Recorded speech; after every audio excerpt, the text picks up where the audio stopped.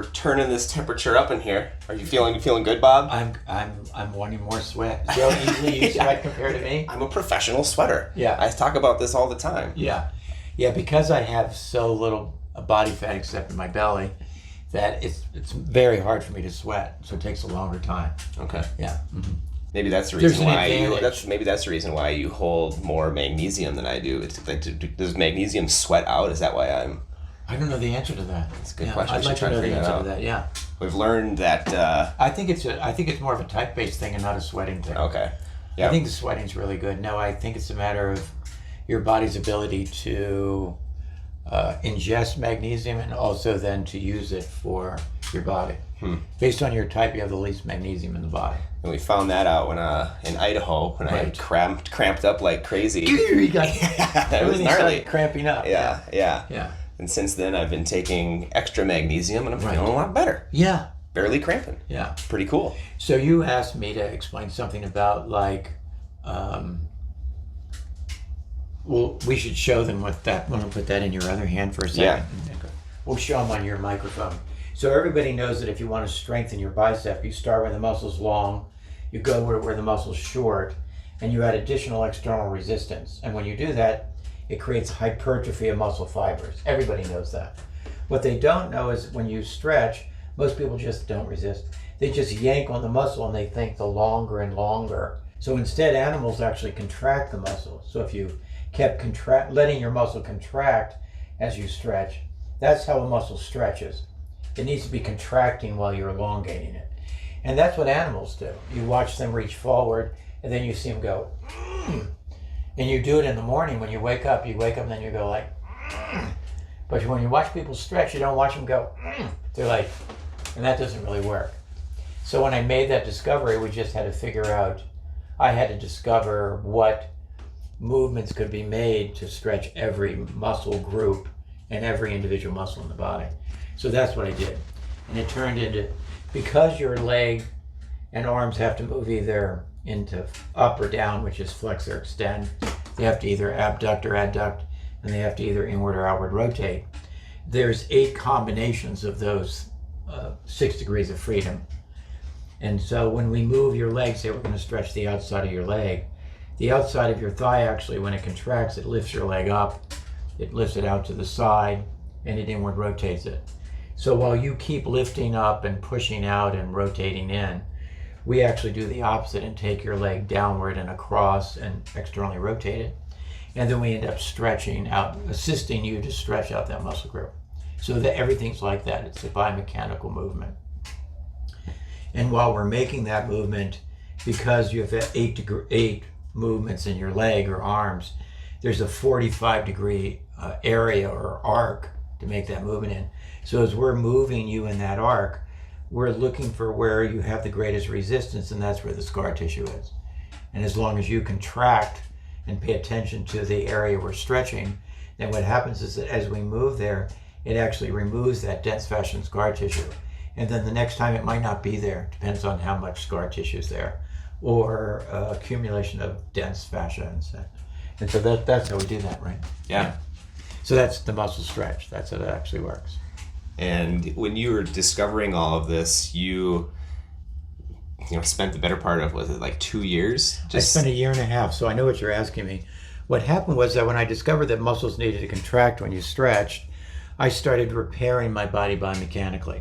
And I was very happy about that because after 12 years of running an insane number of miles every week and swimming twice a day, my body was really quite fit, but my body wasn't biomechanically working well, And I had the aches and pains that I had since my accident, I still had them, even though I was fit. And so then one day I was stretching out my lateral hamstring, and when I was stretching it out, my bladder contracted. I was like, well, what does my bladder have to do with a muscle group on the outside back of my leg? And I called a California friend of mine, and she goes, well, that's the bladder energy channel in Chinese medicine. I'm like, oh no, I don't know. Oh no, I'm too Western. I'm definitely not going there. And I got off the phone and I stretched my lateral quad, and my real stomach contracted. And people would be like, you can feel your organs. I'm like, if you get hit by a car at 70 miles an hour, you're much more organ sensitive. And I had a lot of, besides biomechanical problems, I had serious physiological issues going on. So my organs were something that most people would not normally be aware of unless they had damage there or sickness there or something. And so I called her up and I said, so do they have a stomach meridian? Because I found out that if I stretch certain muscles, my stomach would contract. And I said, is it in the back of the shoulder? And she goes, no, it's in the lateral quad. And I said, yeah, that's where I found it. And then I got off the phone and I stretched out my posterior medial hamstring that I could feel went up through my abdominals into my serratus muscle group.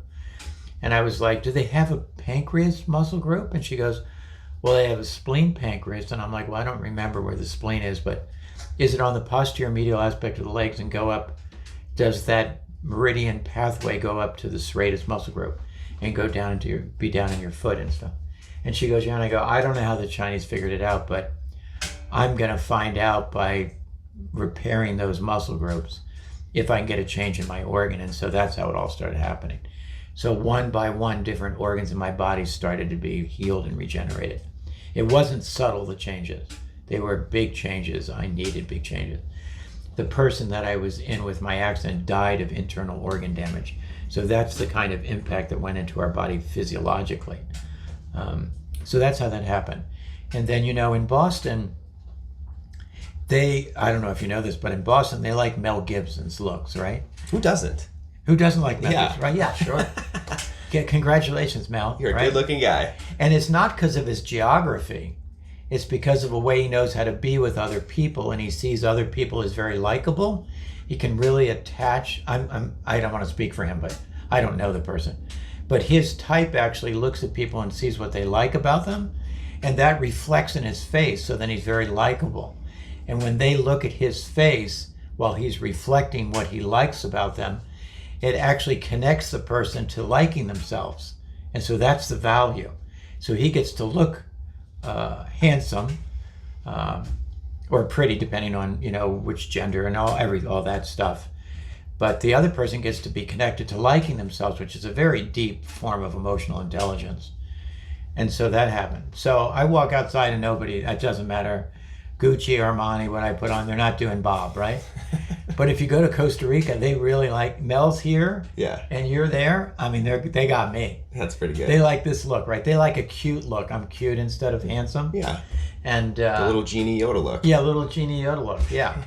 And so I then found out that when you were doing certain stretches, besides it affecting organs, it was affecting my personality, and that's when I got really more serious and disciplined about doing the stretches. And I kept doing them a lot of hours a day. I had income that would support me. And so I started doing that. And when I would stretch a muscle group, I'm like, wow, I'm becoming more honest. Not that I was trying to be dishonest, but I feel more honest now. Or, wow, I feel less anxious now and I feel more relaxed now. Or I feel more clear mentally about that idea, whereas before I felt confused. And I started writing all that down. So as I self-stretched, I wrote down on a piece of paper, as if I was the frog being investigated, what happened to me psychologically. And then it turned into a theory in 1.5 years of 16 genetic personality types. So that when I meet somebody, because I know what it's like to be you inside of me, when I met Josh, I'm like, oh, I know what type he is. He's the genius of change. That's associated with appendix. And I think you're like this. And I told him, he goes, how do you know that about me? And I go, I actually don't know it about you. I know it about your type, but to know a person takes a lot of time. And because a person's much more than just their type. But if you know their type, then when I met you and I know your type, I feel a certain way when I'm around you and your type. And it starts explaining to me why I feel the way I do when I'm with somebody that's your type, and allows me to actually go beyond the type in order to know you and how I can be with myself and be with you that would work better.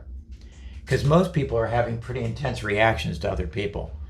And if they know about types, actually, they can get through their reaction and actually really, they find themselves no longer criticizing the other person so much, and they find themselves really enjoying things about the person. to their great dismay, because they still have those other things they don't like happening. Yet they find themselves like, wow, that person has a beautiful nose. Wow, that person is a really nice, that's a really honest person. Or, wow, that person makes me feel better. And so they get more of these positive things about for themselves and for the other person. That's how that actually works. So on our webpage, The Genius of Flexibility, we have 32 videos of 2 stretches for each of the 16 different muscle groups, 8 in the lower body and 8 in the upper body. That's called the video library. And you can rent that for a month or use it whatever way you want to. And then there's also the webpage called The 16 Geniuses, or 16 Genetic Personality Types. And you can send in a little video that we ask you to send in. We've set that up for you to do. And we'll send you 16 to 43 pages on your genetic type, depending on what you want to subscribe for. Mm-hmm. And so that's what's happening. Those are the 2 resources for people. And then I teach a personality class every Friday night in Santa Barbara at 4:30 Santa Barbara time, Pacific time. And then people come from all over the world in different times to do that, but that's the time there. So then they can go to our webpage and they can find out about their genetic type. And then on Friday night, they can participate in a Zoom class where people know about types. Or on Monday night, I also teach a class, California time. That would be, I think it's 4:30 on Monday night and 5:30 on Friday night. Okay, sorry to correct. And on Monday night, we stretch a trainer. So you get to see what it's really like for the people that do the work we do, how their body gets worked on, in both assisting them in self-stretches and also more therapeutically putting them on a board and strapping them down to isolate and go after different muscle groups. And then we bring that into the audience who's ever on Zoom to get those to happen for them. That happens on Monday night. And then on Saturday night, I teach an open class for anybody. So anybody at 9:30 on Saturday, anybody can either come to the studios that I'm at, either in Boston, our center in Boston, or a center in Santa Barbara. And if I'm not in those places, then it's Zoom again. And it's all about who's ever on there, like what do they need to know and what stretches do they need to work on. Yeah. And I've been fortunate that for my first experience, the day one of the stretching course that I attended, that class happened. And it was like maybe a couple hours earlier in the day where you had started to, type me and talk about my type and everything like that. Yes. So my mind was my mind was blown. I was enjoying the stretches, which I thought that's what I was coming there for. Right. I just didn't understand to the level of which the stretches could really affect the person, your psychology, right? Yeah. And having that understanding in the relation to my body and then my watching mind, it happen in class. Watching it happen in people class. Are like, oh my God, these people know. Yeah, having it happen to me and just seeing the reactions of others, having that feedback, that almost validation. One of the unusual things we have nuts. about stretching, if you go to a gym and you're working with a trainer, the trainer might give you some feedback in terms of how your body developed physically. But for us, when a person comes out of a stretch, anybody that's watching might have not only be able to validate your change. I feel taller, my arms feel thinner, my leg is more internally rotated, my posture feels better, whatever that is, or a physiological change or a psychological change. And everybody watching gives you perspective, and they might see things about you that you felt, but because it's a new part of you, you never really identified. And they're like, I see you as brighter now.